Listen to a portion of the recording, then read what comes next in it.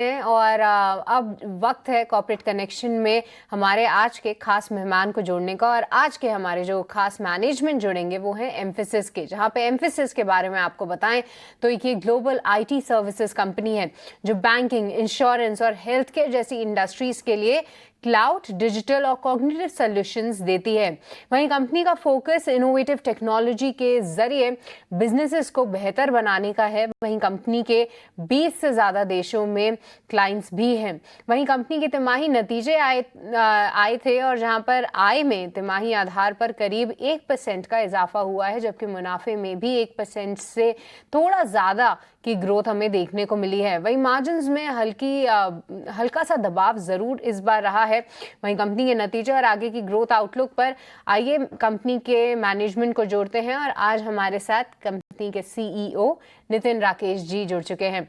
नितिन जी नमस्कार, आपका बहुत बहुत स्वागत है 18 स्वदेश पे।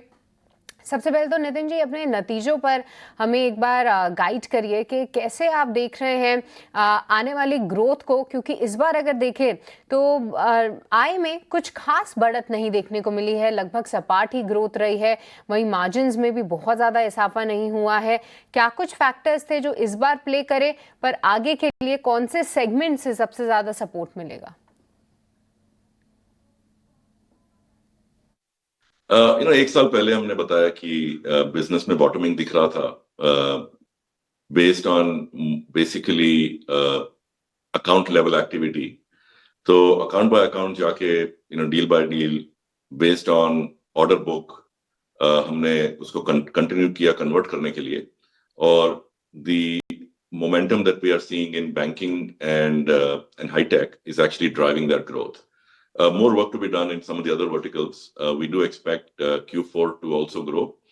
और वो जैसे जैसे ग्रोथ का विजिबिलिटी बढ़ता जाएगा, वाई वाई परफॉर्मेंस भी उसी के साथ साथ बढ़ता जाएगा। तो Q4 should be a good performance quarter from a sequential growth perspective as well as from a YY perspective.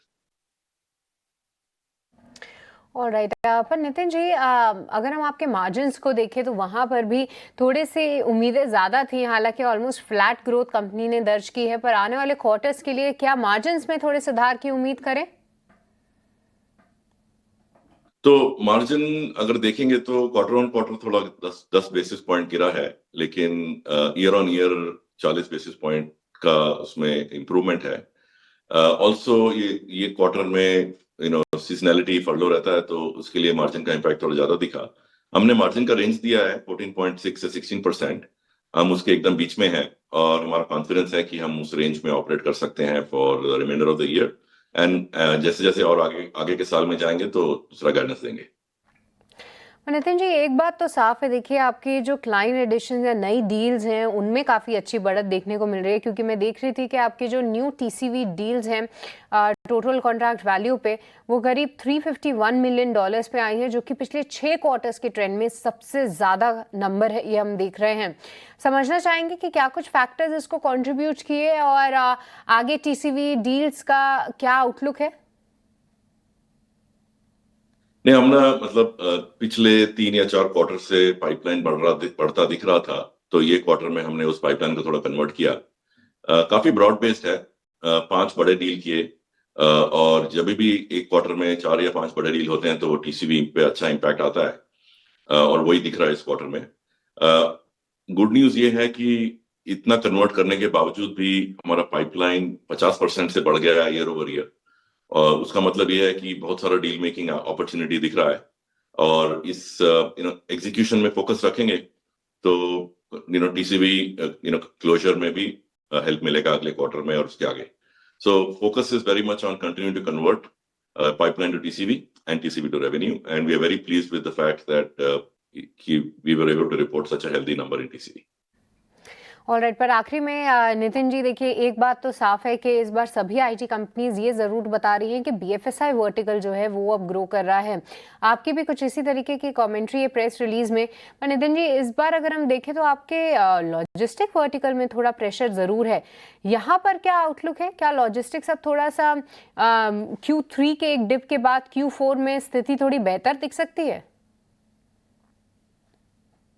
तो आई थिंक बीएफएस और टीएमटी परफॉर्मेंस काफी अच्छा रहा। हमने करीब 1 साल पहले उसका विजिबिलिटी दिया था।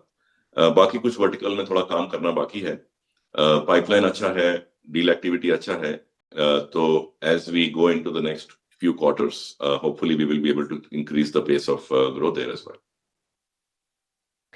ऑलराइट, इसी के साथ नितिन जी हम आपका बहुत बहुत शुक्रिया करना चाहेंगे। आज आपने समय निकालकर हमारे साथ नतीजों पर बातचीत की। तो ये थे मैनेजमेंट एम्फेसिस के, जहां पर क्लियरली उनका ये कहना था कि अब जो भी थोड़ा बहुत हमने प्रेशर देखा है मार्जिन या रेवेन्यू में, आगे का ग्रोथ आउटलुक काफ़ी स्ट्रांग है। टीसीवी डील्स का जो एडिशन हो रहा है वो काफ़ी अच्छा है। और आप देखिए भी स्टॉक जो है ठीक ठाक नतीजों के बाद अब डे हाई पे फिलहाल आपको ट्रेड कर रहा है। हालांकि निफ्टी सपाट है, तो एक आउट परफॉर्मेंस ज़रूर रहा है एम्फेसिस आज के ट्रेडिंग सत्र में। पर चलिए इसी के साथ वक्त हो चला एक छोटे से ब्रेक का, पर उससे पहले कर्नाटका में निवेश के मौके को बढ़ावा देने के लिए कर्नाटका सरकार ने दिल्ली में कई रोड शो किए हैं। कर्नाटका ने लार्ज और मीडियम इंडस्ट्री मंत्री एम.बी. पाटिल की अगुवाई से हुए रोड शो में आईटीसी, रिन्यू पावर, संवर्धना मदरसन इंटरनेशनल, हैवेल्स, केईआ इंडस्ट्रीज, दालमिया और फ्लेक्सी बस जैसी इंडस्ट्रीज की लीडिंग कंपनियां शामिल थीं।